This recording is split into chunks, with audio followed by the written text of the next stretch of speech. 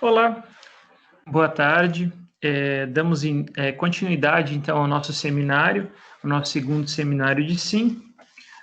Hoje teremos as apresentações de 3 equipes, sendo estas a primeira equipe, que é a equipe que já está presente, Emanuele, Lara e Letícia. Em seguida, temos mais 2 equipes. Deixa eu ver se já estamos aí com a equipe. A Giovana já está aí, Matheus também, vamos lá. Matheus Tamanini também está, então já estamos com 2 equipes completas presentes, e temos a equipe também do Alexandre, Maria, Rafaela, a Rafaela não está ainda, e o Vinícius. Eu não sei se a Rafaela irá entrar, eu me recordo que alguém me mandou uma mensagem. Professor, a gente tentou Giovana. contato com a Rafaela. Não conseguimos entrar em contato, assim, sabe? Tá, então, vocês, eu lembro, e vocês me mandaram, eu não sei se foi uma mensagem ou um e-mail, né, sobre isso, né? Sim, sim. A minha grande dúvida é se ela ajudou no desenvolvimento do trabalho ou não. Então, no primeiro seminário, ela ajudou a desenvolver o trabalho e apresentar. Mas nesse segundo, a gente não conseguiu contato com ela, nem para escolher tema, para nada. Assim. Não, então a gente tira ela aqui da equipe de vocês e qualquer coisa eu faço um exame com ela, né? Caso alguma coisa tenha acontecido, ela tenha tido realmente algum problema em não poder tá participando. Mas tranquilo, aí a equipe de vocês, então, Alexandre, Maria e Vinícius. A Giovana pediu para ser a segunda equipe. Pode ser, Vinícius? Vocês podem ficar por último? Pode ser, tranquilo. Então tá Podemos. combinado.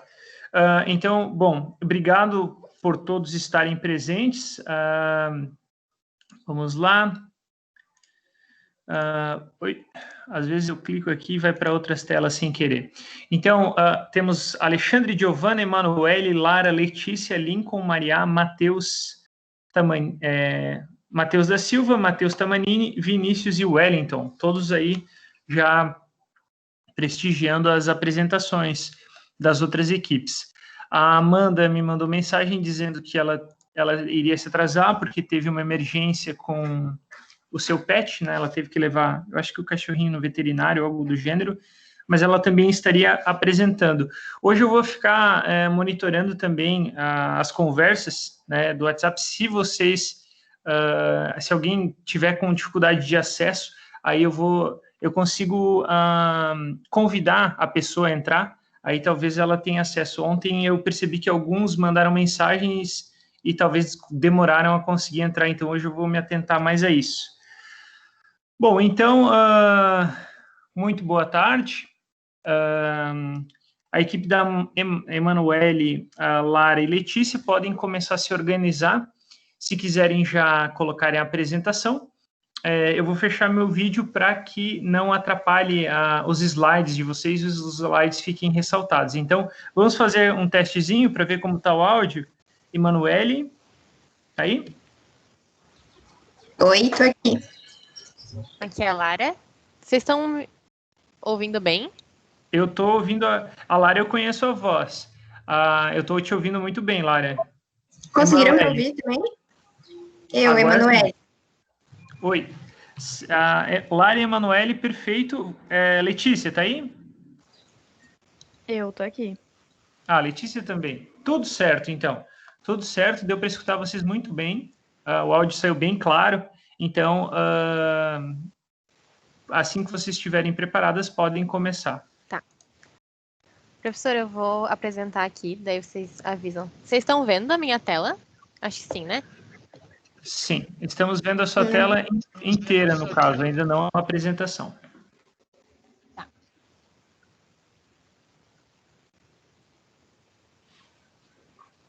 Vou começar aqui, então. Então, hoje a gente, eu, a Manu e a Letícia, nós vamos falar sobre a cadeia de suprimentos voltada para o cliente, né? E esse estudo, ele veio da Dell, né, que é uma empresa bem famosa aí, é um estudo de caso sobre a cadeia deles, no caso. Falando, então, uma introdução, a gestão eficiente da cadeia de suprimentos, ela está, assim, se tornando cada vez mais um destaque no mundo de negócios, assim. Então, até algum tempo atrás, ela era vista como um centro de custo, ou seja, como um departamento que ele tinha custos para a empresa, né? Que ele tinha que pegar parte da receita para conseguir assim se manter, mas não gerava receita para essa empresa. Porém, agora ele está sendo visto como uma ferramenta realmente para fortalecer as relações com os clientes e os fornecedores, e sim como um setor que está gerando lucro para as empresas. Um pouquinho sobre a Dell. Então, a Dell foi fundada em 1984 e desde 2015 ela lidera o número de unidades de computadores vendidas aqui no Brasil, no segmento também de empresas, mas também no segmento doméstico. E no primeiro trimestre de 2017, ela foi responsável por 38,4% do total de computadores que foram vendidos para as empresas. E quando nós falamos de equipamentos para as casas, foi no total de 19,7%. Então, acho que dá de ver aí que a Dell realmente tem uma porcentagem bem grande assim, do mercado, assim, daí aqui no Brasil, mas também em todo o mundo. Falando um pouquinho mais sobre ela é uma empresa que realmente ela conquistou a sua atual posição assim, no mercado, basicamente através do gerenciamento da cadeia de suprimentos. Então, é muito fácil quando tu procura sobre SCM aparecer o nome da Dell, porque realmente foi uma empresa que ela cresceu por causa desse gerenciamento realmente dessa cadeia que eles fizeram na empresa, né? E lá, o fato dos produtos eles serem montados de acordo com o gosto de cada cliente, eles não garantem só o sucesso comercial da empresa, mas também uma margem de lucro maior, né? Então, todo o sistema deles vem realmente visando essa facilidade, visando ter esse contato com o cliente. Até eu vi um vídeo do presidente da Dell, se eu não me engano, foi um vídeo que a Endeavor fez, e ele fala assim que o segredo para qualquer vendedor, para qualquer empresa, é realmente tu focar assim no gosto do teu cliente, e assim dessa forma, né, a Dell conseguiu fazer esse SCM. Até o nome do próprio artigo diz, né, que o diferencial da Dell é realmente ter tudo isso voltado para o cliente. São 2 vídeos que nós trouxemos assim sobre a Dell. Só me avisem se tá com o som. Eu coloquei ali para ir o som, mas caso daí não ouçam, é só avisar que eu troco. Legal. Tá dando de ouvir? Tá dando para ouvir, sim.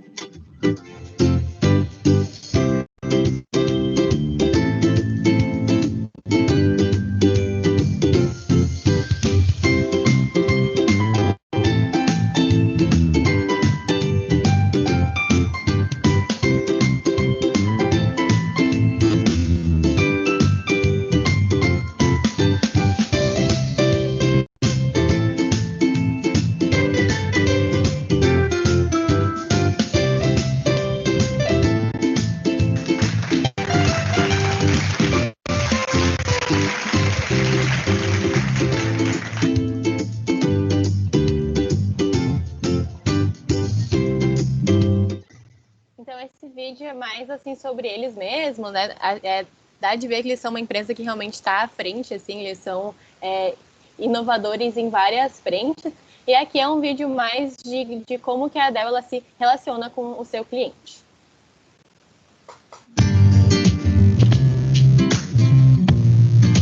Meu nome é Gabriel, eu sou cofundador da Ingress. E a Ingress é uma plataforma para você encontrar eventos e comprar ingresso. A tecnologia é o que permite empresas pequenas, como a Ingress, a fazerem coisas que no passado não eram possíveis, né? Muitas vezes a gente, como pequena empresa, a gente não sabe qual é a melhor solução. O que a gente quer é que a gente tenha a segurança de um parceiro que está do nosso lado e que vai permitir que a gente continue sonhando cada vez maior. A Dell permitiu que a gente conseguisse reinventar ao longo do nosso caminho. A nossa consultora Dell, assim como a nossa equipe, está buscando a melhor solução para a gente escolher essas ferramentas, investir os nossos recursos de uma maneira inteligente, eficiente, para poder nos focar no nosso negócio. Ter esses parceiros nos permite que a gente se mova rápido e se apoiando na especialidade, né, no conhecimento que esse parceiro tem acumulado ao longo dos anos, né? Então, aquela coisa que juntos a gente consegue fazer muito mais do que separado. Quando a gente fala de consultoria, a gente, na verdade, está falando de otimização de produto. Um grande produto, ele nada mais é do que o reflexo do trabalho de um grande time. Ter um único parceiro de tecnologia é o que te gera eficiência e pessoalidade no teu atendimento. A Dell acredita na gente, e a gente sabe que se a gente pegar o telefone e ligar para a nossa consultora Dell, ela vai nos dar a melhor opção. A Dell conseguiu captar nossa necessidade tecnológica e que enxerga para a Ingress não só em termos do que a gente é hoje, mas que também enxergou a Ingress no que ela tem potencial de ser.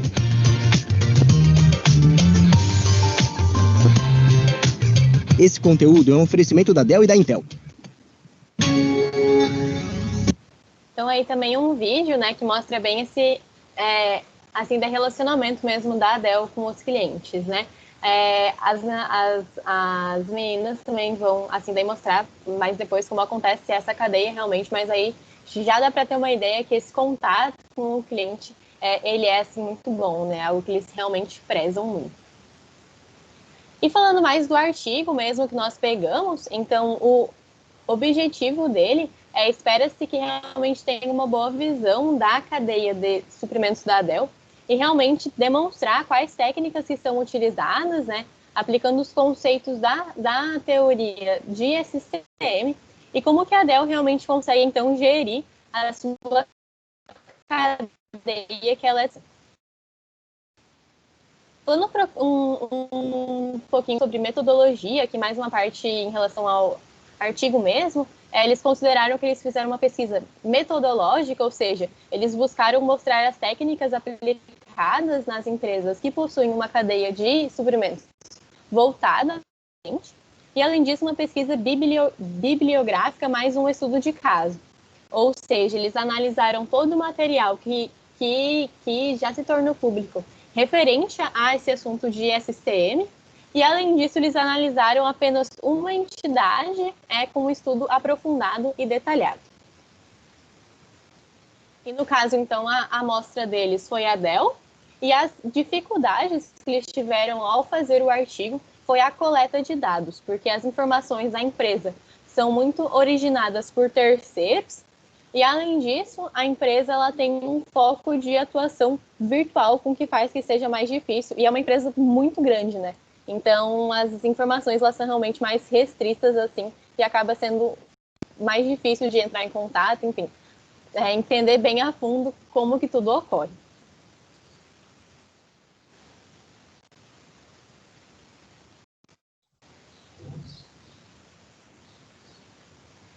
Para mim não passou o slide ainda.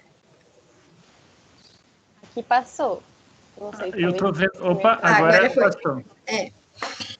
Tá. Então, agora falando um pouco sobre a teoria da cadeia de suprimentos, né? A cadeia de suprimentos ela é um ambiente dinâmico e envolve fluxo constante de informações, produtos e fundos nos diferentes estágios que são executados por diferentes processos também. Pode passar.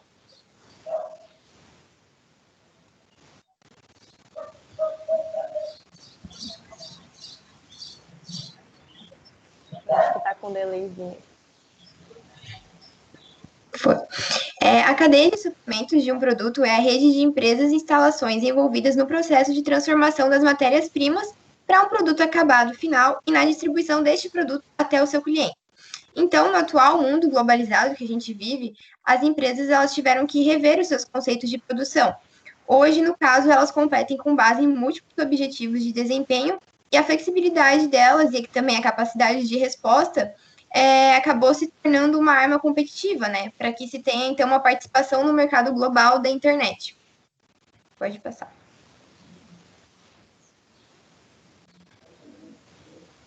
Aí. Então, basicamente, uma cadeia de suprimentos ela é composta estrategicamente por dois grupos. é o grupo de integração e o fluxo. A integração, ela é composta pelo fornecedor, que fornece a matéria-prima bruta e os componentes, pelo fabricante, que é a empresa foco, pela distribuidora, daí aí a gente pode destacar os centros de distribuição, atacadista e varejista também, e o consumidor final, que é o motivo do processo produtivo, né? E daí, sobre o fluxo, ele é dividido em fluxo de material, que se estende por toda a cadeia, do fornecedor até o consumidor, objetivando, então, satisfazer as necessidades do cliente. Já o fluxo financeiro, ele vai se estender ao contrário, vai vindo do consumidor até o fornecedor, e o objetivo dele é satisfazer as necessidades financeiras da cadeia. E, por último, o fluxo de informação, que vai percorrer simultaneamente os dois sentidos. Então, ele quer satisfazer as necessidades de posicionamento, de decisão e também de criação de conhecimento. Pode passar. Existem vários enfoques diferentes quando a gente trata de cadeia de suprimento. E nesse estudo, também como a Lara já comentou, a gente vai focar no cliente e de que tudo vai depender do que pode ser feito para satisfazer as suas necessidades e também seus desejos.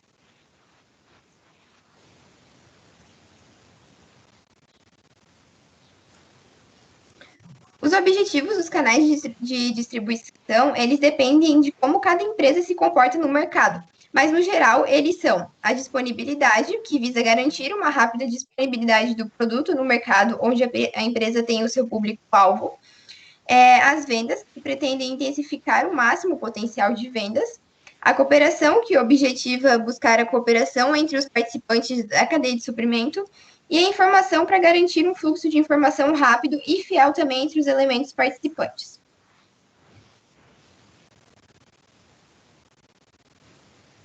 Agora falando um pouco sobre a Dell, né? Abrangendo também as logísticas de abastecimento interna e distribuição, a Dell identificou que havia uma forte demanda quanto ao fato do consumidor poder adquirir um produto mais barato do que a média do mercado. Desde a forma como posso dizer, ele pode ser tão bom quanto ou até melhor do que os tradicionais, passível de configuração conforme as suas necessidades no caso. E esse fato ele vai impactar no formato de compra dos componentes para a fabricação e venda até o consumidor final. Então, a empresa ela precisou agir para reduzir a complexidade em praticamente todos os estágios da cadeia de suprimento, desde como se realiza o pedido até a forma como vai se realizar o fornecimento desses componentes do produto. Pode passar.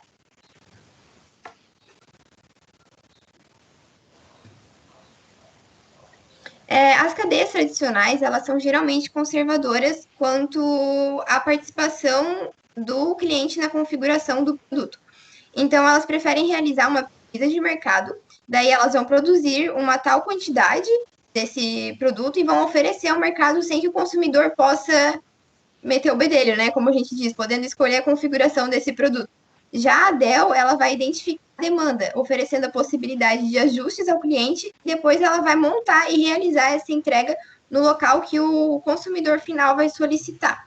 Então, aqui a gente consegue ver, né, o esqueminha do caminho que é feito na cadeia de suprimentos. Uma empresa tradicional do fornecedor, passa pelo fabricante, distribuição, varejista e, por último, chega ao cliente. E já a Dell, como ela foca mais no cliente, ela passa pelo fornecedor, fabricante e vai direto para o cliente. O alinhamento estratégico da cadeia da Dell, ele se inicia na divisão por grupos consumidores, como, por exemplo, os domésticos, os empresariais e também os governamentais. Então, a partir daí, a empresa ela vai observar, aí depois ela analisa e pesquisa valores comuns que esses grupos compartilham nas características do mesmo produto, determinando, assim, então, o desenho da sua cadeia de suprimentos. Então, ela vai atender os clientes através dessa estratégia de segmentação adotada.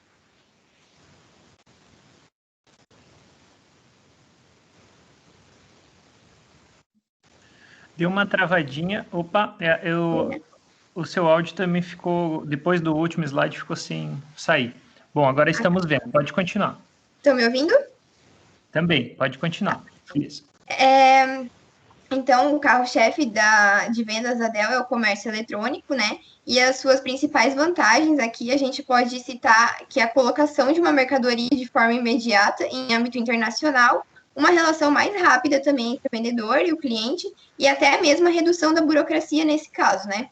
E a customização é feita em massa Então, existe uma análise detalhada do produto para, então, definir qual o mix de produtos e as estratégias de marketing adequado para aquele tipo de cliente determinado.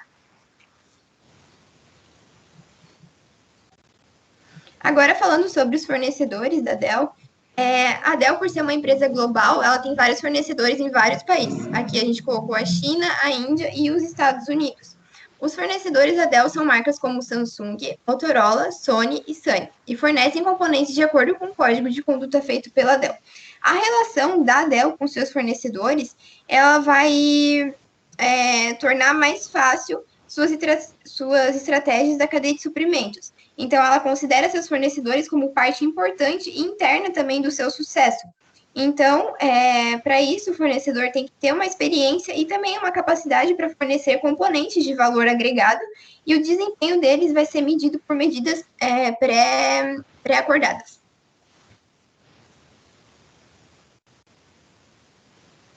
Agora, falando um pouco sobre o Postponent, é uma ferramenta que passou a ser bem utilizada e ela visa a redução de prazos e também das incertezas ao longo da cadeia de suprimento, mesmo com a oscilação da demanda.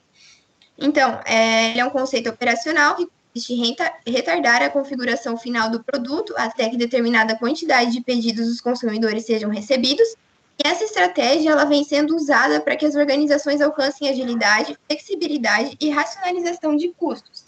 E ela é encontrada em mercados voláteis, de produtos com ciclo de vida curto e também com demanda de pouca previsibilidade de venda.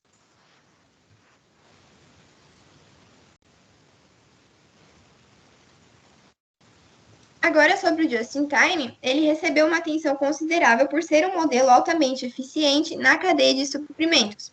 O objetivo dele é coordenar as atividades de modo que todos os materiais e componentes cheguem até o local de produção no momento exato da montagem desses produtos. Desse modo, os estoques de matéria-prima e produtos inacabados vão ser minimizados.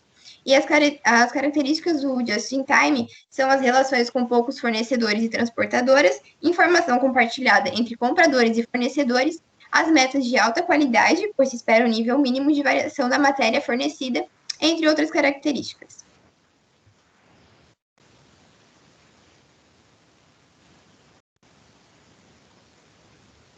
Então, falando um pouco sobre a análise da cadeia de suprimento da Dell, a gente sabe que ela tem um grande diferencial. É uma empresa que desenvolve os seus computadores para que eles sejam vendidos personalizados para seus clientes. E esses clientes esperam uma baixa manutenção após a venda e querem um produto que atendam à sua necessidade específica com rapidez e melhor custo-benefício.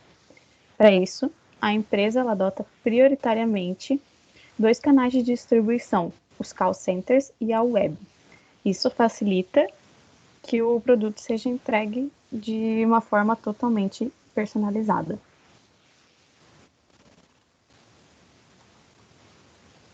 O mercado-alvo da Dell ele é segmentado em 4 setores: as grandes empresas, as organizações governamentais, as pequenas e médias empresas e os usuários domésticos, sendo que 70% das vendas da Dell corresponde aos clientes das grandes empresas.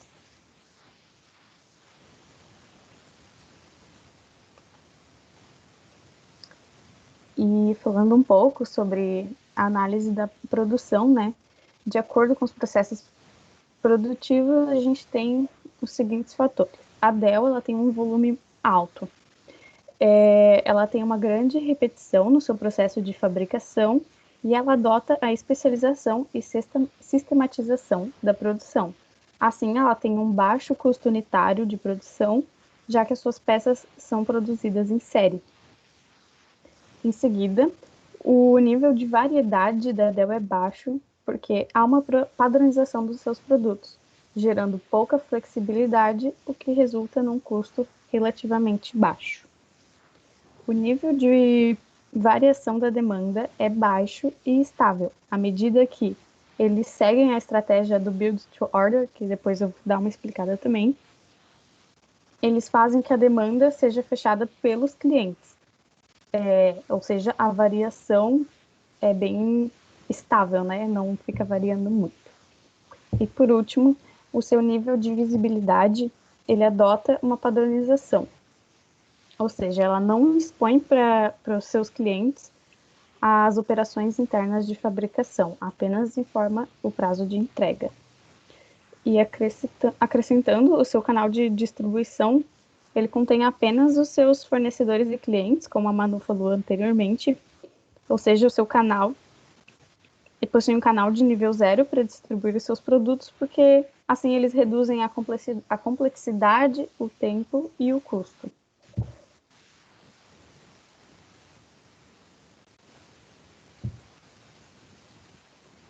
Agora, falando um pouco da estratégia do Build to Order, assim, usando essa estratégia, a Dell possui várias vantagens competitivas. Em primeiro lugar, ela tem um nível de estoque muito pequeno, resultando num baixo custo para manter e para armazenar.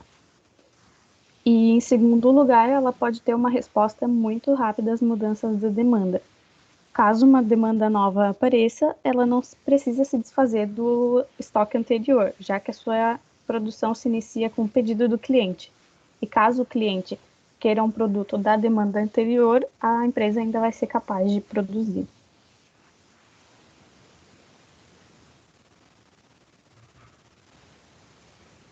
E falando um pouco do desenvolvimento da cadeia de suprimentos, eu separei aqui em tópicos para ficar um pouco mais fácil de entender. Então, a cadeia começa com o consumidor entrando em contato com o call center da Dell e fazendo o pedido. O pedido ele começa a ser registrado e tem as opções de personalização por parte do cliente. Quando o pedido é registrado, eles inserem essas características específicas e informações pessoais do cliente. E caso a compra seja aprovada, o pedido é enviado imediatamente com uma solicitação para começar a produção do mesmo. Existem diversas fábricas da Dell em diversos países, então eles vão escolher o lugar para ser produzido de acordo com a distância da entrega até ao comprador, né? E também de acordo com o modelo do computador que você está solicitando. Então, algumas opções de países são a Irlanda, a China, o Brasil, os Estados Unidos ou então a Malásia. Daí eles verificam qual é a fábrica que tem a melhor condição de entrega, né, de acordo com a distância, com a fabricação do modelo, quais fornecedores possuem estoque, e começa então a fase do kitting, onde todos esses componentes necessários para construir o pedido do cliente são fornecidos pelo fornecedor, são trazidos até a fábrica escolhida e transferidos para a seção de construção. Então, eles começam a montar o computador. Depois que esses componentes são instalados, de acordo com a necessidade do seu cliente, ocorre a instalação do software, de acordo com a requisição, e, em seguida, os testes e rotulagem final.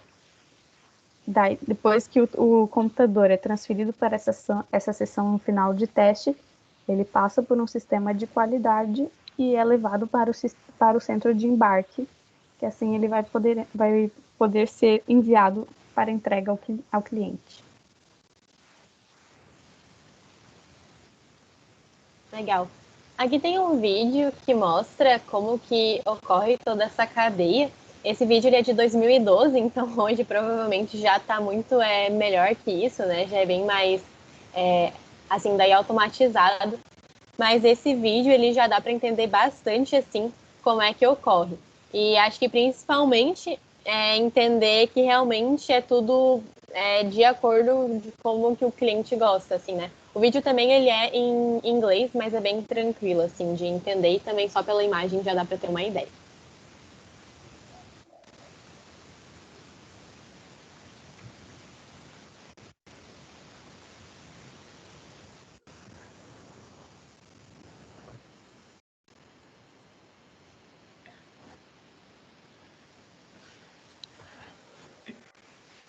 Eu não estou escutando o áudio, Lara. Não sei se esse tem áudio ou não. Não tem, tá para todo mundo, eu não sei se todo mundo não conseguiu ouvir, eu vou tentar colocar de novo. Eu também não consegui. Aqui o áudio não sai, amiga. Nem agora? Não, nesse aí não tá funcionando. Estranho. Mas eu vou Não mostrar, sei acho por que quê. mesmo assim, acho que... Pois Se você, eu acho que fica até legal, Lara, se você passar ele e explicar o que você já viu, né, nele. Tá. Pode ser? Aham, eu posso ir falando.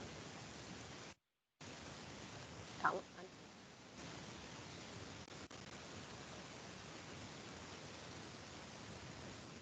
Então, basicamente, agora que no início é alguém que daí liga para lá e fala que ele precisa de um computador para a família dele. E daí a moça que atende fala que vai começar a fazer. Daí aí eles fazendo, no vídeo eles falam várias perguntas, assim, então ela pergunta aí, como que você quer o sistema?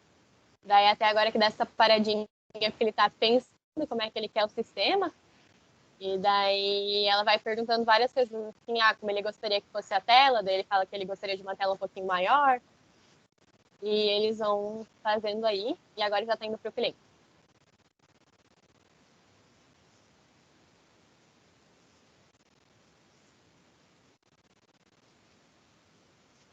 Depois eu também posso mandar daí o link para quem quiser ouvir, mas é basicamente isso, assim, então realmente mostra, óbvio que não é assim que ocorre, assim, bem na prática, né, não é tão fácil, mas aí também já ilustra, assim, mais ou menos como é que ocorre os processos da Dell. Deu para entender sim, Lara. Pode continuar. Opa, desculpa. Que bom, então. Deu. Tranquilo. Falando então sobre o futuro, assim, até essa parte aqui tá assim, daí outro artigo, mas eu achei assim legal de trazer com as meninas. E a ambição da Dell é realmente tornar a maior vendedora de equipamentos de informática do planeta. E realmente não existe nenhum motivo que leve o mercado a acreditar que isso não vai conseguir ser alcançado, assim. Porque se o sucesso da Dell ele perdurar por mais alguns anos, é muito provável que essa, né, que ela não possui que ela não possui lojas, né, que ela não fabrica o que vende, que ela não promove assim grandes revoluções tecnológicas, ou seja, esse SCM ele não é uma revolução super assim de tecnológica, até pelo contrário, né? Ele vem com a questão de ser até mais simples, só que é aquela questão, né? Que esse simples para eles fez com que eles conseguissem ter muito mais, né? Então isso realmente mostra que logo logo a Dell ela pode aí parar de ser a líder só de mercado agora para ser realmente a líder do segmento completo aí de informática do planeta, no caso. E algumas de considerações finais sobre o trabalho. Esse trabalho eles consideraram que foi um trabalho bem importante para trazer mais material nacional sobre a cadeia de suprimento. Porque internacionalmente tem muito trabalho sobre SCM, tem muitos vídeos, tem muitos livros, enfim, artigos mesmo, só que quando tu olha mais para o âmbito nacional, pelo Brasil, né, ele está um pouquinho mais atrás, assim, tu não vê tanto assunto sobre a cadeia de suprimento. E além disso, né, assim, fica clara que a Dell ela possui uma estratégia inovadora, assim, comparado aos seus concorrentes, que ela realmente investe em estar melhorando sempre e que mesmo com um custo elevado, ela consegue oferecer produtos que realmente têm uma alta assim, de tecnologia, né? E a Dell, ela trabalha muito, como já foi dito, em criar esse relacionamento com o cliente. Então, ela focou em realmente não ser só uma empresa que tu vai lá e compra o teu notebook, mas em ser uma empresa que está em constante contato contigo, que desde quando você pede para fazer uma venda, toda a cadeia dela, até depois quando tu já usa o teu computador, ela seja assim programada para te atender da melhor forma possível. E seria isso, que são só algumas assim, de referências também do artigo e de outros artigos que nós pegamos.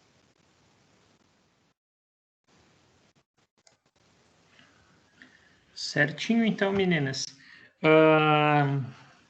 A Dell é uma empresa que ela cresceu bastante principalmente por causa da confiabilidade também, né?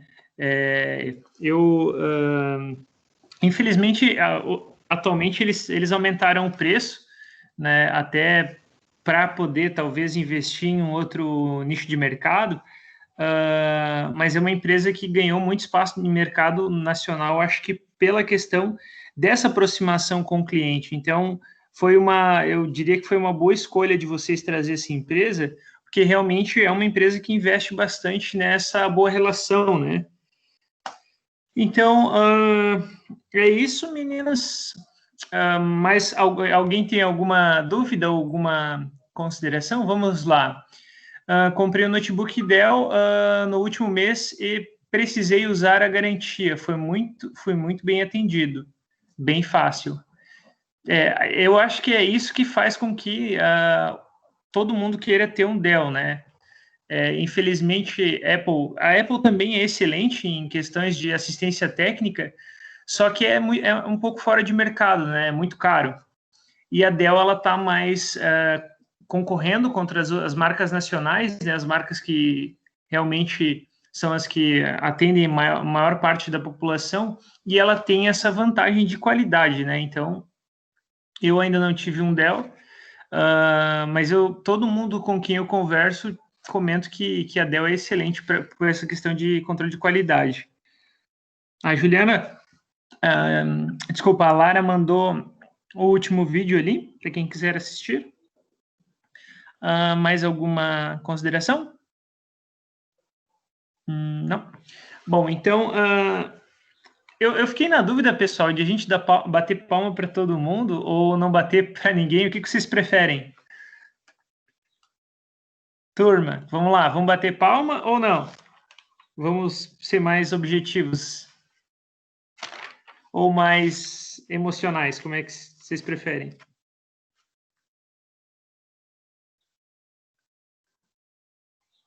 Ixi, ninguém falou nada, então a gente fica sem palmas por enquanto. Então, parabéns, meninas, mais objetivos. Não, perfeito.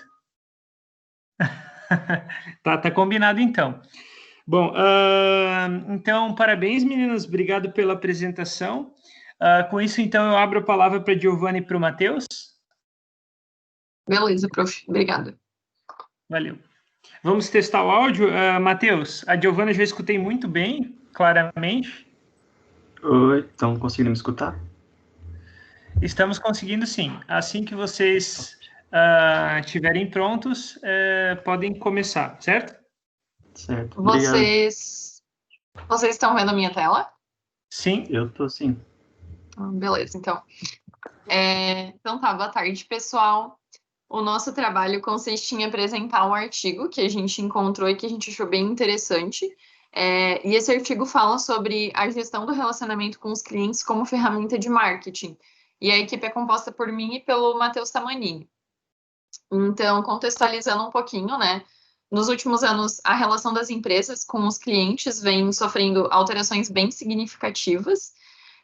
Alguns avanços recentes na tecnologia e nas relações sociais têm feito com que as empresas se conscientizem cada vez mais da importância de concentrar sua atenção no atendimento das necessidades e dos desejos dos seus clientes, e também, mais do que isso, né, de estreitar os laços que unem uma empresa a esses clientes, mantendo um nível de serviço que realmente encante, que faça com que esses clientes se tornem fiéis aos seus produtos ou aos seus serviços e retornem para efetuar posteriores compras. Então, para atender essas necessidades e esses desejos, é preciso que, em primeiro lugar, as empresas consigam conhecer esses clientes. Então, como que isso pode ser feito, né? Atualmente, a gente tem vários recursos tecnológicos que podem ajudar as empresas a conhecer essas preferências, conhecer os comportamentos e os hábitos de consumo desses clientes. A gente tem várias ferramentas à disposição, né, das empresas que elas possam utilizar, que as auxiliem, né, para que elas sejam capazes de processar os dados que elas acumulam a respeito do histórico de consumo dos seus clientes, e também ferramentas que as auxiliem a extrair desses dados, né, o padrão de consumo e de comportamento dos clientes. Então, nos últimos anos tem se tornado cada vez mais forte, né, que as empresas precisam marcar presença, por exemplo, em redes sociais, e junto com isso também desenvolver um relacionamento harmonioso com seus clientes, adotando atitudes, adotando ações, né, que promovam a retenção desses clientes. E aí, uma das soluções que uma empresa pode lançar a mão para atingir esse resultado seria utilizando um sistema de gestão de relacionamento com o cliente, né, também conhecido como CRM. E aí, entrando um pouco no campo do marketing, né, e trazendo alguns conceitos, então, o nosso artigo pontuava, né, que trazia uma definição de marketing como sendo a administração de relacionamentos lucrativos de uma empresa com os seus clientes, e tendo como 2 objetivos principais a atração de novos clientes, pela promessa de entrega de valor superior, né, e a manutenção e o cultivo dos clientes atuais, também proporcionando a estes satisfação. E aí, esse conceito moderno de marketing surgiu lá em 1950, depois da Segunda Guerra Mundial, com o crescimento da industrialização e do surgimento de novos desafios, decorrentes aí do acirramento da competição e da busca por novos mercados. E aí, a partir dessa época, então, não bastava produzir qualidade a custos competitivos, né? Porque os clientes começaram a exercer o seu poder de escolha e passaram a selecionar bem mais as alternativas que lhes proporcionassem melhor relação custo-benefício. Então, em função de um ambiente bem competitivo, em que as empresas estão inseridas, né, e pensando na sua sobrevivência, essas companhias têm buscado cada vez mais suprir as necessidades e atender as expectativas dos seus clientes. E aí é nesse contexto, então, que entra o CRM.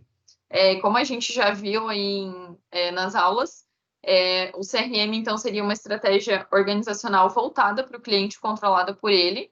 E aí o CRM envolve a criação de relacionamentos duradouros e sustentáveis com o cliente, que agregam valor tanto para ele quanto para a empresa que adota, né, essa ferramenta, auxiliando, então, a empresa a adquirir novos clientes e a manter e aumentar o relacionamento com os que já existem.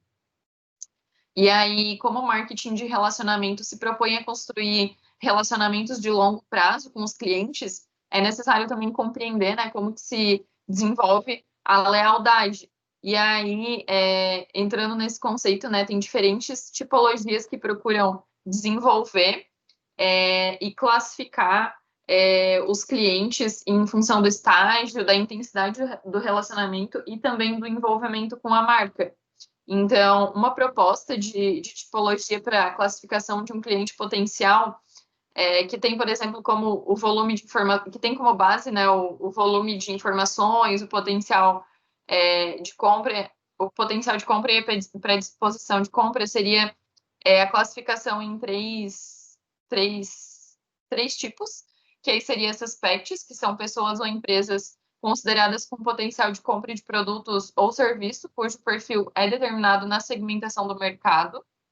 Seria prospects, que são pessoas ou empresas que podem obter algum benefício dos produtos ou serviços, e elas também apresentam potencial financeiro e o poder de decidir por uma compra. E aí, para que um suspect se torne um prospect, é necessário que se tenha um conjunto de informações qualificadas a respeito do cliente, a respeito dessa pessoa, dessa empresa.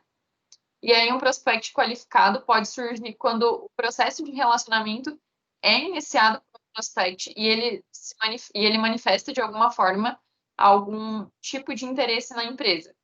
E aí existe também um outro conceito, outras tipologias que descrevem e classificam os clientes, que são chamadas de escada da lealdade. E aí, nessa escada da lealdade, a gente tem alguns conceitos também de classificação, que seria os prováveis clientes, que são considerados como possíveis compradores dos produtos ou serviços, correspondendo aos suspects. A gente tem os potenciais, que são pessoas ou empresas que elas podem se tornar clientes dos produtos ou dos serviços, e elas manifestam alguma predisposição de compra.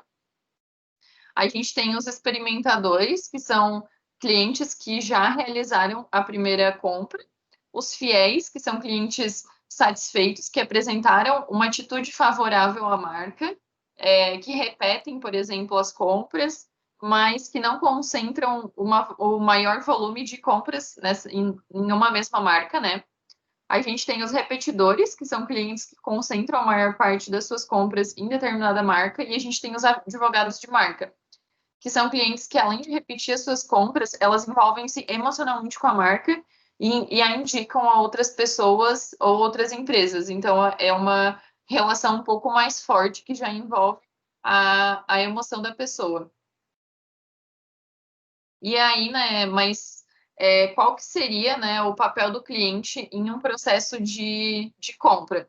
A gente tem como dois tipos de participação, assim, pode ser a participação direta, que ela está diretamente relacionada com o processo de escolha, de compra, de consumo ou de utilização de algum produto ou serviço, e a gente tem a participação indireta, na qual os pontos de vista ou as especificações podem ter influência na seleção dos produtos, serviços, fornecedores ou das lojas.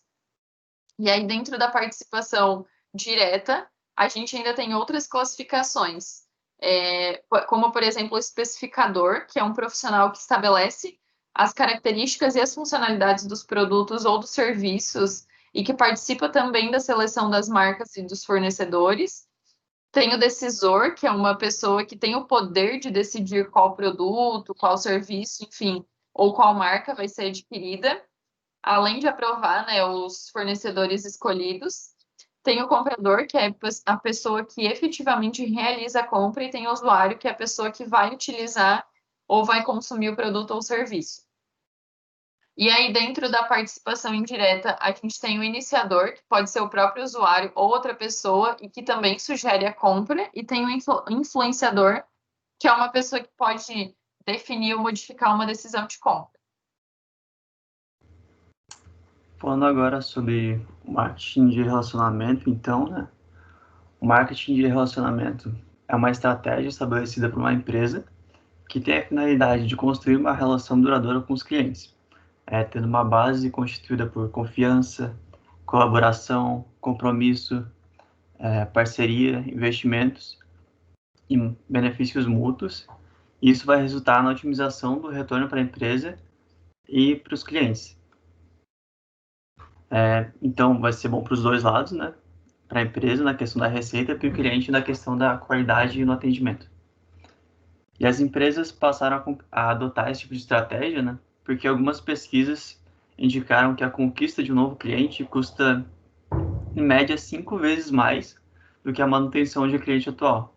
Então, manter um cliente acaba sendo muito mais barato, digamos assim, né, do que conseguir um novo. O artigo ressalta ainda que o marketing de fidelização é o primeiro degrau do marketing de relacionamento. Ele envolve o estabelecimento de uma estratégia para reter ou fidelizar os clientes, né?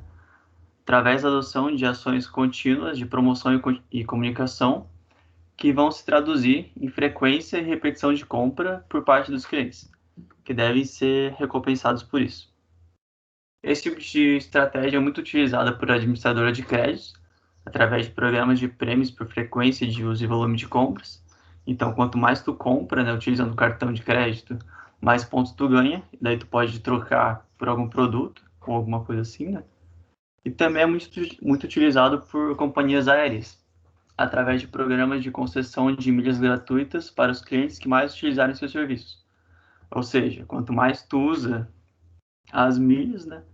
Quanto mais tu usa a companhia aérea, quanto mais tu compra as passagens aéreas, mais milhas tu ganha, e daí tu pode trocar essas milhas quando tu for comprar uma passagem aérea. De novo, no caso.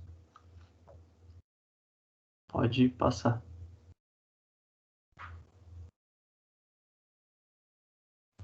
A minha internet caiu aqui, eu não escutei o que tu falou por último. Desculpa, Tamanini. É esse slide? Sobre as milhas aéreas ali. A fidelização do cliente. Opa. É o anterior dele, então. Anterior. Esse. Tá. Só essa parte ali da estratégia, no finalzinho, que não dá para ouvir.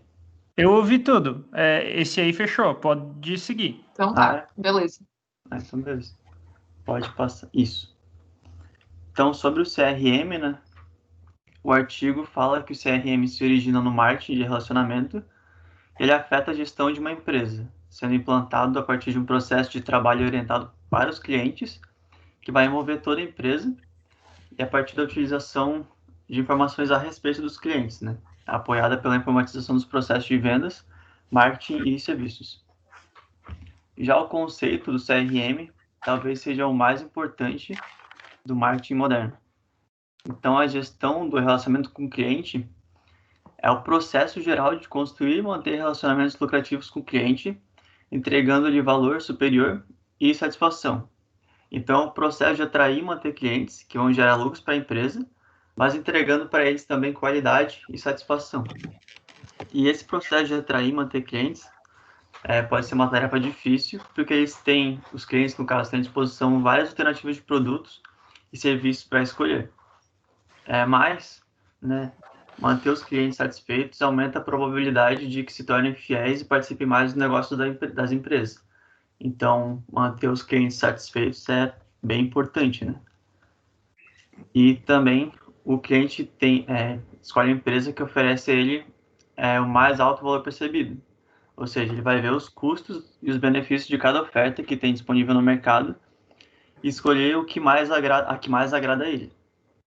E a satisfação do cliente vai depender do que ele perceber do desempenho do produto, comparado às expectativas que o cliente tinha. Então, se o desempenho do produto ficar abaixo das expectativas, o cliente vai ficar insatisfeito. Se atender às expectativas, ele vai ficar satisfeito. E se superar as expectativas, ele vai ficar, muito satisfeito. Aí, pode passar. Isso. Tá, então o artigo também comenta o que as empresas devem fazer para assegurar o sucesso nessa nova era tecnológica, né? Então ele fala que tem que criar e manter uma base de dados sobre os clientes, permitindo que elas procurem e classifiquem grupos de indivíduos com potencial para responder a ofertas específicas, tornando mais eficiente a definição do seu alvo.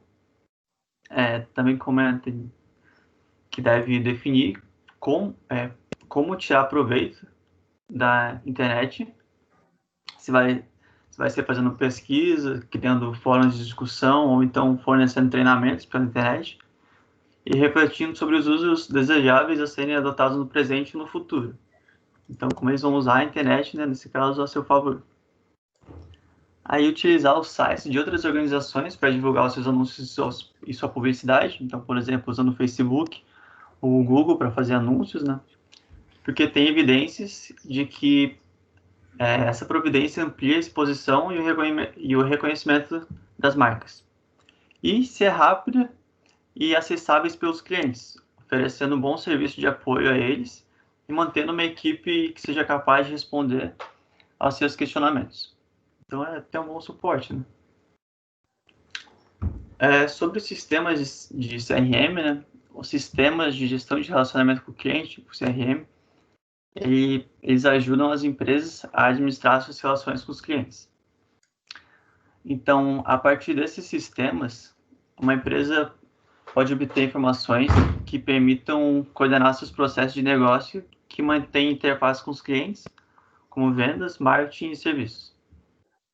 Essas informações permitem identificar, atrair e manter os clientes mais lucrativos, prestar um melhor nível de serviços aos atuais clientes e elevar os níveis de venda, com o objetivo de otimizar a receita, a satisfação e a retenção dos clientes.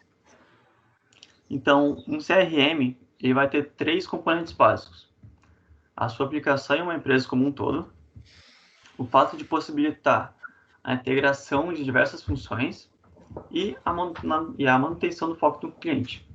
E por causa desses 3 componentes, né, um sistema de gestão de relacionamento com o cliente vai proporcionar para uma empresa uma base comum de informações que vai facilitar a execução de diversos processos pelos setores que a compõem.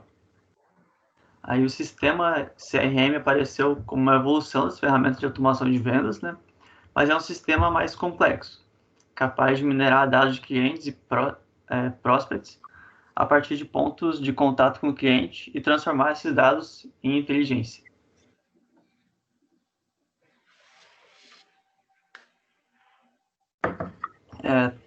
Agora, o artigo cita alguns aspectos importantes sobre o CRM, né?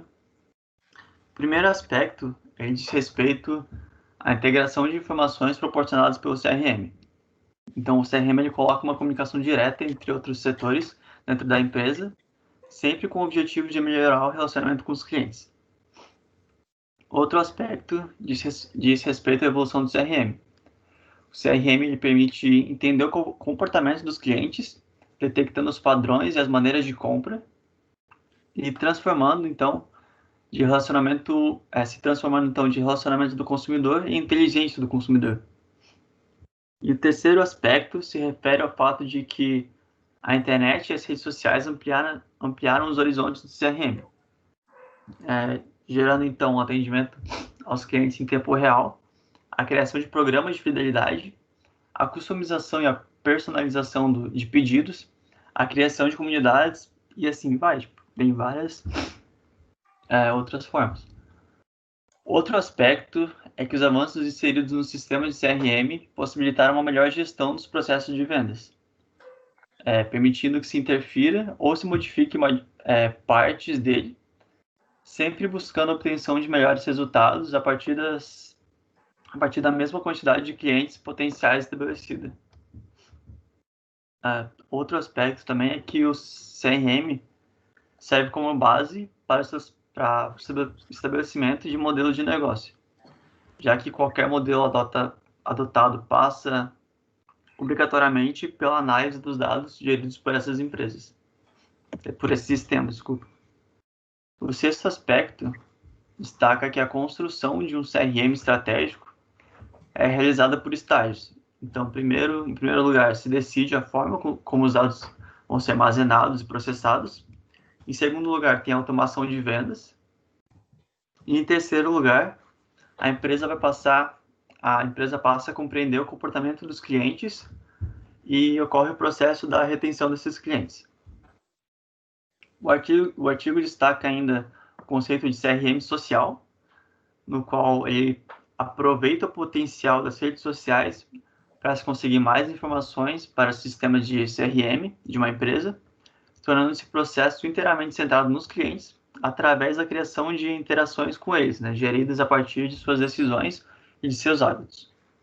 E, finalmente, o CRM vai se aprofundar no entendimento do cliente e de suas relações com a empresa, mesmo com outros clientes, o que vai se traduzir na produção de um volume de dados cada vez maior e mais complexo.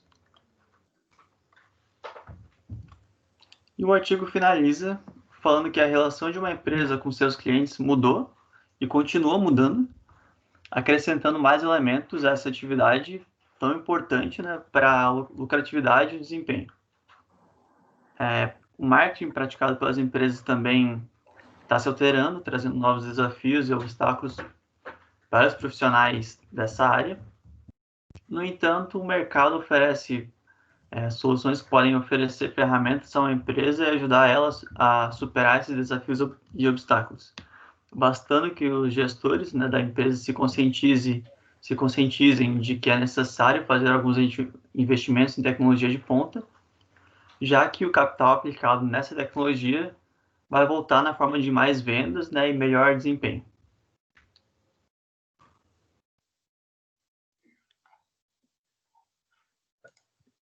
Então, a gente tem aí, que as plataformas de CRM, elas estão na lista das tecnologias corporativas mais importantes e inovadoras disponíveis para empresas, e a gente quis trazer algumas ferramentas de CRM que são bastante utilizadas por empresas bem conhecidas. Essa parte a gente pegou a parte do artigo, então a gente achou na internet que o Pipedrive é uma ferramenta que é muito utilizada pela Amazon, Vimeo e PicPay. O Mosquite, por exemplo, é utilizada pelo Sebrae, pela Unimed e pela Editora Positivo. E a Salesforce é muito utilizada por empresas como a Transamérica, a iFood, Embraer e Unilever. E aí, é isso, pessoal. Esse foi o nosso artigo, então, muito obrigada. Beleza. Obrigado também, Giovana. Obrigado, Matheus. Bom, então a gente pode dar sequência nas apresentações. A próxima equipe é a equipe do Alexandre, Maria e Vinícius, atualizada a equipe, então. Vamos ver se todos estão aí. Vamos fazer uma chamadinha para ver se o áudio de vocês está funcionando bem também. Alexandre?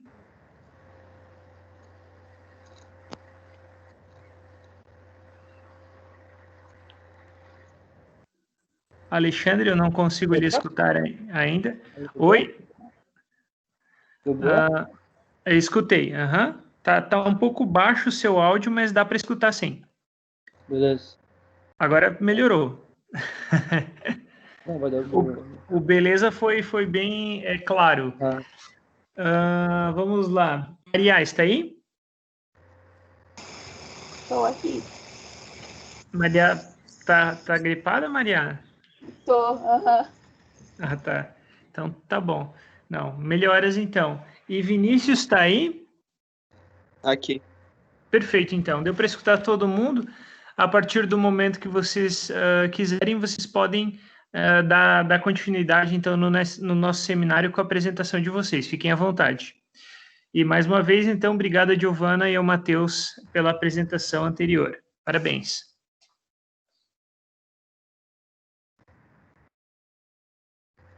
Tu consegue apresentar aí os slides, Alexandre? Tô carregando aqui.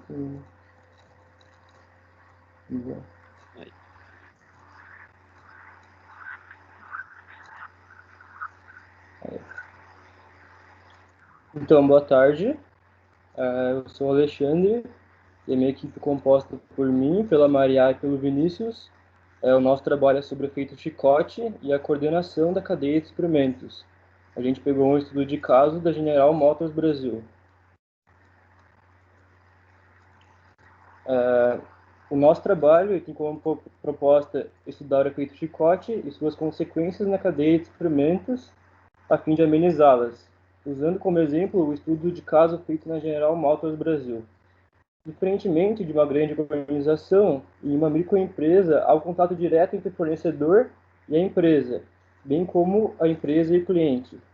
Já nas companhias maiores, a cadeia de suprimento é muito mais complexa, pois envolve não somente o contato direto do fornecedor e cliente, mas também inúmeras etapas, como o distribuidor, varejista, transportadora, entre outros, assim como também envolve os estágios dentro da própria empresa. Ao longo dessas fases foram identificados vários problemas, como a falta de coordenação, informações distorcidas, ausência de compreensão entre elos. E a partir desses problemas, o estudo busca melhorar o controle de estoque e da rede de suprimentos, reduzindo os custos e aumentando a lucratividade para grandes organizações, pois como grande parte delas são multinacionais, possuem fornecedores internacionais ou representantes em outros países. Com isso, o fluxo de informações se torna demasiado complexo, aumentando a probabilidade de erros e falhas que poderão acarretar o efeito chicote.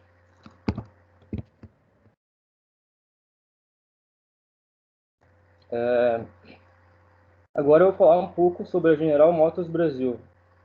A General Motors Brasil é a maior subsidiária da General Motors na América do Sul e a segunda maior operação do grupo fora dos Estados Unidos. A empresa foi fundada em 1925, iniciando suas atividades no bairro histórico do Ipiranga, em São Paulo. Em 2020, então, completou 95 anos de atividades no país. Inicialmente, a empresa apenas montava seus veículos com peças e componentes importados da matriz, nos Estados Unidos. Após 5 anos, a GNB inaugurou sua primeira fábrica em 1930, em São Caetano do Sul. Já no início dos anos 60, produzindo apenas veículos utilitários e comerciais leves, a GNB decidiu expandir sua linha de produtos, que resultaria no lançamento do Chevrolet Opala, em novembro de 68. O primeiro automóvel de passeio produzido pela montadora no Brasil, modelo que se tornou um grande sucesso de público, com 1 milhão de unidades produzidas e comercializadas ao longo de 24 anos de existência. Desde então, a GNB, através de sua marca Chevrolet, não parou mais em desenvolver e produzir automóveis que se tornaram um grande sucesso de vendas. Agora eu vou falar um pouco sobre a logística e a cadeia de suprimentos, começando pela logística. A logística é um processo de planejamento, implementação e controle de fluxo eficiente e eficaz de mercadorias, serviços e das informações relativas desde o ponto de origem até o ponto de consumo, com o propósito de atender às exigências dos clientes. Assim sendo, podemos compreender que a logística estará presente em todos os níveis empresariais, a fim de atender os clientes externos e internos de maneira eficiente, bem como providenciar o fluxo de informações a custos aceitáveis e os níveis de serviço de acordo com o cliente. Porém, uma empresa não trabalha sozinha. Existem sempre a necessidade de fornecedores para a produção e de varejistas para a distribuição até o consumidor final. Essa rede de informações é denominada cadeia de suprimentos. Entender a cadeia de suprimentos é de fundamental importância para que possamos otimizar os processos logísticos, visando a relação de redução de custos e de perdas ao longo do processo produtivo.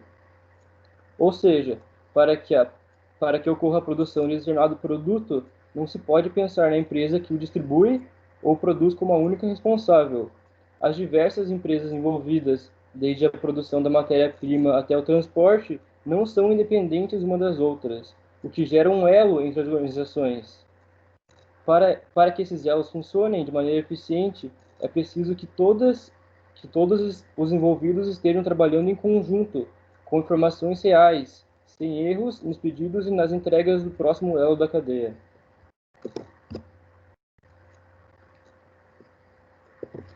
Agora eu vou falar sobre o efeito chicote e a coordenação da cadeia de suprimentos. O termo efeito chicote ele foi definido por Forrester e se refere a observações teóricas e empíricas nas quais a variabilidade da demanda é aumentada desde o sinal do cliente e é transformada e ampliada nos vários estágios da cadeia de suprimento. Um exemplo claro desse efeito é quando um varejista pede uma quantidade do produto para o seu fornecedor de acordo com a sua própria previsão, muitas vezes se baseando em comportamentos irreais do consumidor, fazendo com que nos demais estágios da cadeia de suprimento a quantidade informada vai aumentando, gerando custos e estoques excessivos, o que acarretará no aumento do preço para o cliente final. O efeito chicote também indica que a variabilidade no nível de estoques tende a ser maior ao se afastar do ponto do consumidor, sendo que os fatores que causam podem ser o compartilhamento de informações deficientes, bem como dados de mercado insuficientes que geram previsões incorretas. De fato, a ocorrência de tal não se deve somente a erros ou distorções, e uma das maiores causas é o desejo racional e compreensível que diferentes estágios de uma cadeia possuem de controlar suas taxas de produção e níveis de estoque de forma independente. Aí ali eu coloquei uma imagem que mostra a dinâmica típica da cadeia de suprimento, que no caso é fornecedor, fabricante, atacadista, loja de varejo e, por fim, o consumidor, mas causa essa deficiência porque eles começam a olhar a partir do consumidor. Então, a loja de varejo tem uma ideia do que os seus consumidores vão consumir, passa para o atacadista, esse passa para o fabricante e o mesmo vai para o fornecedor, e aí gera esse efeito chicote. Um dos grandes problemas ao enfrentar o efeito chicote é a falta de coordenação, visibilidade e comunicação ao longo da cadeia. A falta de coordenação pode ocorrer quando um ou mais estágios possuem objetivos conflitantes, como por causa da circulação de informações distorcidas. Os objetivos conflitantes podem ocorrer porque cada um dos níveis possui um responsável diferente, resultando em cada elo querer aumentar seus próprios lucros, sem levar em consideração seu impacto sobre a lucratividade da cadeia como um todo. Nos dias atuais, a maioria das cadeias de suprimento são compostas por estágios com centenas de responsáveis. Aí, um exemplo é a Ford, que possui milhares de fornecedores, desde a Goodyear até a Motorola, e cada um desses fornecedores tem seus próprios fornecedores. Então, as informações vão sendo distorcidas à medida que circulam pela cadeia de suprimento, porque são incompletas e não são compartilhadas entre os diversos estágios. No caso, essa distorção é demasiada, pois as empresas possuem uma multiplicidade de produtos muito grande. E, por conta disso, evitar o efeito chicote, coordenar a cadeia ou até mesmo realizar o intercâmbio de todas as informações entre fornecedores e revendedores se torna uma tarefa muito difícil. E o grande desafio das cadeias de suprimentos em geral é atingir a coordenação, mesmo com um número infinito de responsáveis e grande variedade de produtos. Nesse cenário, o efeito chicote se torna um grande problema para a troca de informações, visto que, ao repassá-las equivocadamente, as empresas contribuem para a análise enganada do elo seguinte, como mostra lá naquela imagenzinha, resultando na falta de coordenação da rede, além de custos mais altos e diminuição da lucratividade da cadeia. Daí temos alguns impactos na cadeia de suprimentos, que no caso, no custo de fabricação, o efeito chicote aumenta os custos de fabricação, uma vez que a empresa e seus fornecedores, tentando responder aos pedidos dos clientes, podem reagir à crescente variedade, aumentando sua capacidade de produção ou seus níveis de estoque, o que, consequentemente, tornarão-se excessivos. No custo de estoque, ele é relativamente um dos que dá mais prejuízo para as organizações se ele for mal administrado, porque estoques são acúmulos de recursos materiais entre etapas de um processo de transformação. Os níveis de estoques variam quando os fluxos de entrada e de saída de etapa variam um em relação ao outro. Portanto, se o efeito chicote não for reduzido, acarretará em maior crescente variabilidade de demanda, ocupando mais espaço nos armazéns e aumentando o custo da cadeia de suprimento. No lead time de ressuprimento, o efeito chicote causa oscilações de estoques e, por isso, muitas vezes os fornecedores não conseguem atender aos pedidos que chegam, aumentando, assim, o tempo de entrega. Acho que deu uma travada aqui. No custo de transporte, para atender às exigências, muitas vezes a organização tem um custo maior com o transporte porque a capacidade excedente precisa ser mantida para dar conta de períodos de alta demanda e satisfazer os pedidos. O custo de mão de obra para embarque e recebimento varia conforme as oscilações de pedidos, ou seja, a demanda aumenta, a empresa ou contrata novos funcionários ou varia a capacidade da mão de obra. Porém, diminuindo os pedidos, os diversos estágios têm a opção de manter o excesso de mão de obra. Nos dois casos, o custo total de serviço ele é elevado. O nível de disponibilidade do produto, a perda de vendas na cadeia de suprimento é comum para os varejistas quando há o efeito chicote, pois a oscilação de pedidos pode causar tanto escassez quanto aumentos de produtos no estoque. E, por último, o relacionamento na cadeia de suprimento, os elos da cadeia, na maior parte das vezes, ao pensar no lucro, é encarado como algo da própria empresa e não conjuntamente. Entretanto, se não houver um bom relacionamento entre os elos, a cadeia de suprimento terá uma probabilidade maior de falhas. Essas são causadas pela falta de confiabilidade e distorções de informações, ocasionando, assim, o efeito chicote. Analisando, então, o impacto direto do efeito chicote, tem que o custo de fabricação, de estoque, de transporte, de embarque e recebimento, além do lead time de ressuprimento, aumentam consideravelmente a ação. Por outro lado, o nível de disponibilidade do produto ao longo da cadeia e a lucratividade dessa como um todo tendem a diminuir conforme o efeito chicote, sendo assim, a oferta de um determinado produto se torna mais onerosa. Uma das maneiras de se evitar essa variação na cadeia de suprimentos é se embasando na coordenação eficiente. Para que isso ocorra, é necessário primeiramente identificar as raízes do efeito chicote, bem como os obstáculos que dificultam a coordenação da cadeia. Qualquer fator que resulte tanto na otimização local dos estágios, como no aumento da distorção e variabilidade de informações na cadeia de suprimento, é um obstáculo à coordenação. Se o gerente da supply chain puder identificar os obstáculos chaves, medidas adequadas podem ser tomadas a fim de alcançar a coordenação. As barreiras podem ser organizadas em 5 grupos, que são os obstáculos de incentivo, de processamento de informações, operacionais, de preço e comportamentais.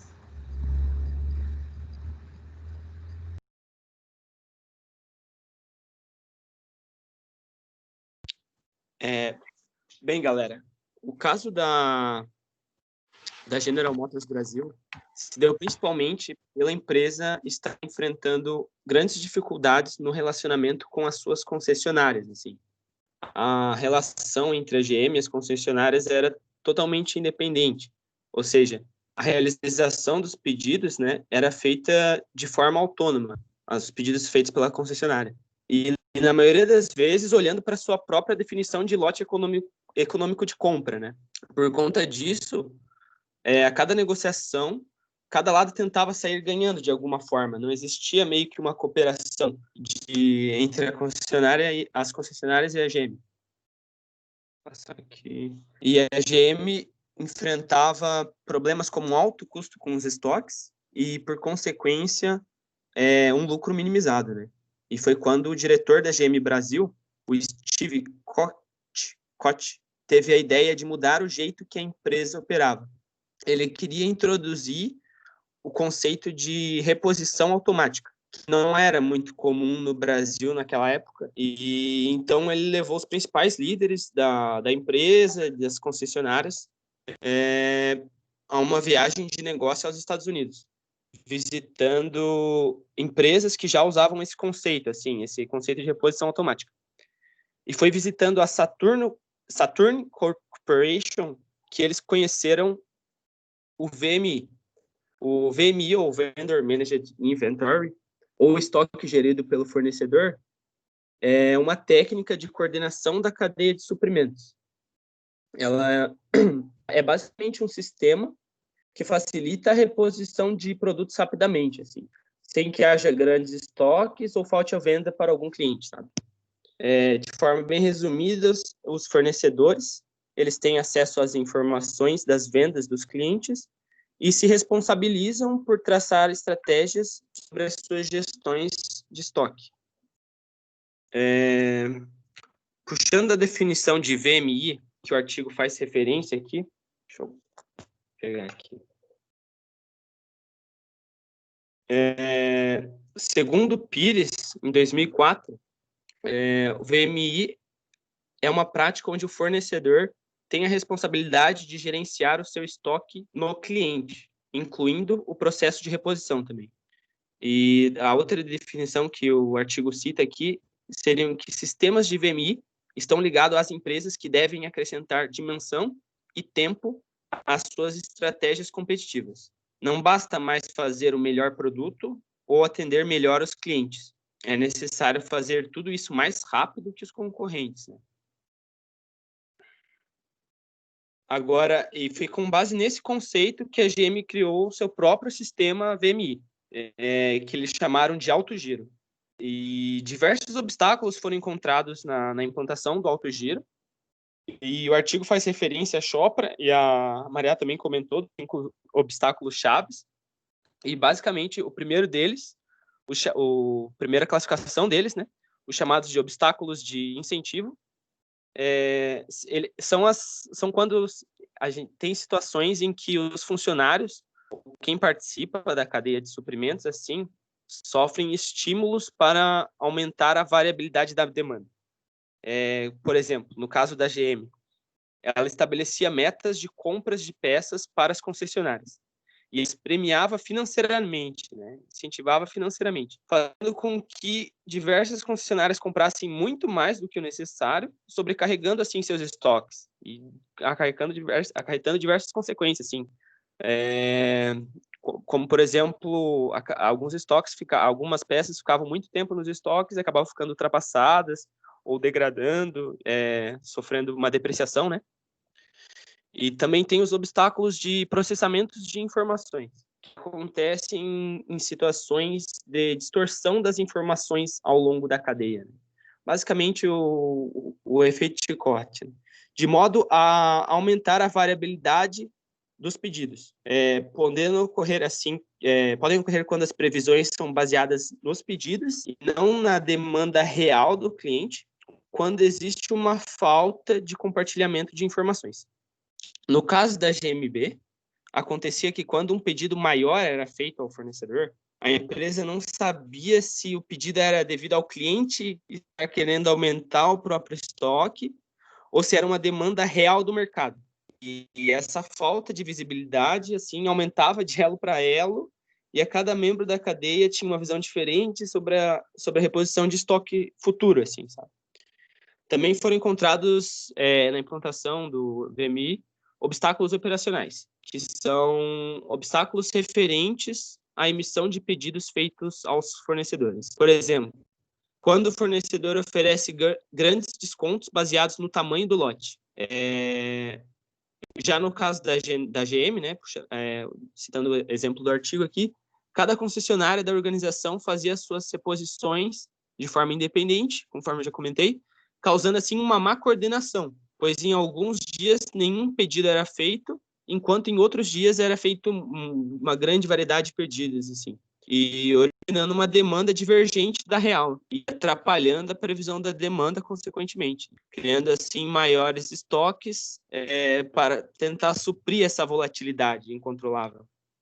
Também tem os obstáculos de preço. Eles são responsáveis pela variabilidade da emissão de pedidos por conta das políticas de preço em algum modelo ou produto. O estudo de caso comenta que os centros de distribuição da GM tentavam diminuir os custos dos transportes, exigindo lotes mínimos para as concessionárias. E assim, para algumas concessionárias, o lote era muito grande, muitas vezes, algumas concessionárias mais pequenas. E muitas peças não eram vendidas e ficavam muito tempo nos estoques dos representantes e acabavam gerando depreciação, além de que muitas vezes a variedade das peças era escassa, não tinham todos os modelos disponíveis, não tinha uma variabilidade maior, assim, um mix de produtos. E, por fim, os obstáculos comportamentais, que estão relacionados à forma de estrutura da empresa, né?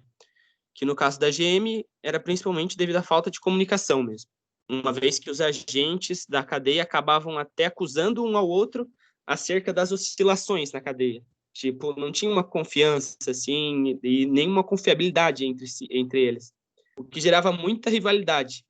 E, com isso, aumentava a falta de confiança, principalmente porque as informações disponíveis estavam distorcidas por conta do efeito chicote, né? Deixa eu passar. Bem, falando um pouco de como que a GM conseguiu alcançar essa coordenação da cadeia, conforme eu comentei, ela criou o próprio sistema VMI, o alto giro, e a primeira providência que deve ser tomada na implantação de VMI é a avaliação do efeito chicote.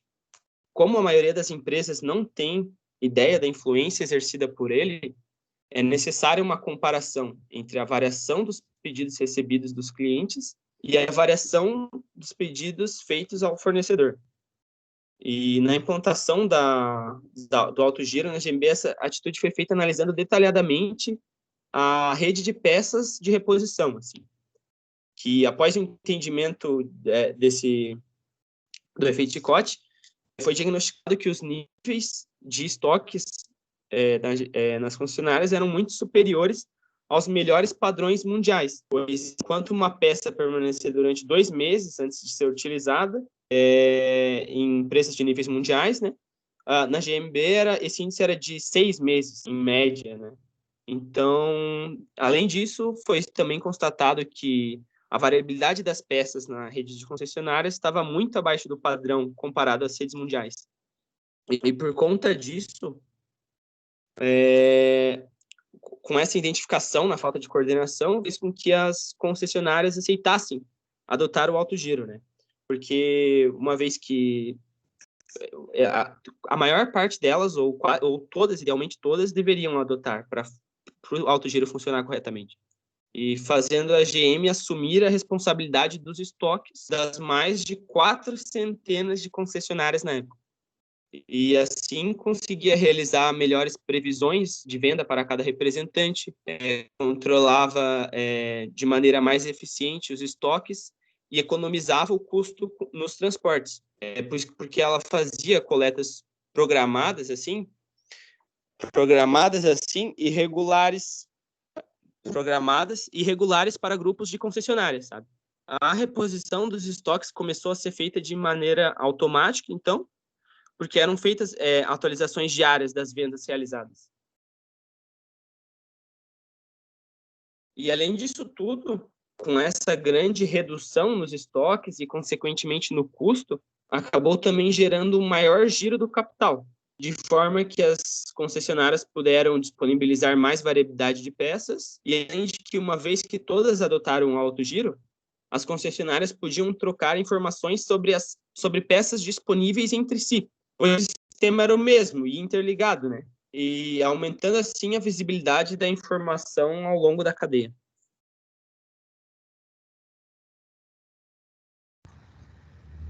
Então, as conclusões do nosso artigo é que, no caso, esse artigo, o objetivo dele era analisar as falhas, os erros e as distorções de demanda ao longo da cadeia de suprimentos que causam o efeito chicote.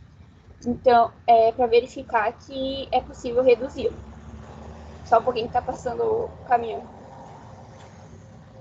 O resultado do artigo revelou que o efeito chicote pode ser amenizado se for analisado corretamente, como citado no caso da General Motors do Brasil, em que foram apontadas as falhas no estoque de peças sobressalentes, informações incorretas em relação às demandas e pedidos, a falta de visibilidade, desalinhamento de incentivos na rede, a existência de lotes mínimos de compra e previsão inacurada de vendas, e após a implementação do sistema alto giro, a GMB obteve melhoras significativas, como o aperfeiçoamento do compartilhamento de informações objetivas, confiáveis e de fácil acesso, a proteção contra a obsolência dos estoques, alinhamento de incentivos e reposição automática de peças na concessionária. Portanto, apesar de todos os obstáculos enfrentados, é possível a redução do efeito chicote em uma cadeia de suprimentos de grande porte, pois possui uma complexidade maior de troca de informações se comparado a uma menor. E esse foi o nosso trabalho. Muito obrigada pela atenção. Obrigado, pessoal. O caso da GM é bem interessante porque realmente você está incentivando que o cliente compre, né? Vamos dizer assim, o cliente, no caso, como a empresa que eram as concessionárias, né? Sem pensar no consumidor final é um grande erro, né? Porque você gera todos esses problemas, né? Então, o que eu achei interessante da apresentação de vocês foi destacar essa cadeia de fornecimento, né? Que não adianta você ter um grande número de vendas se no fim das contas o teu cliente não está ficando satisfeito, né? Porque quando realmente ele precisa de uma peça não está disponível. Então, eu acho que é bem importante isso. Uma das outras...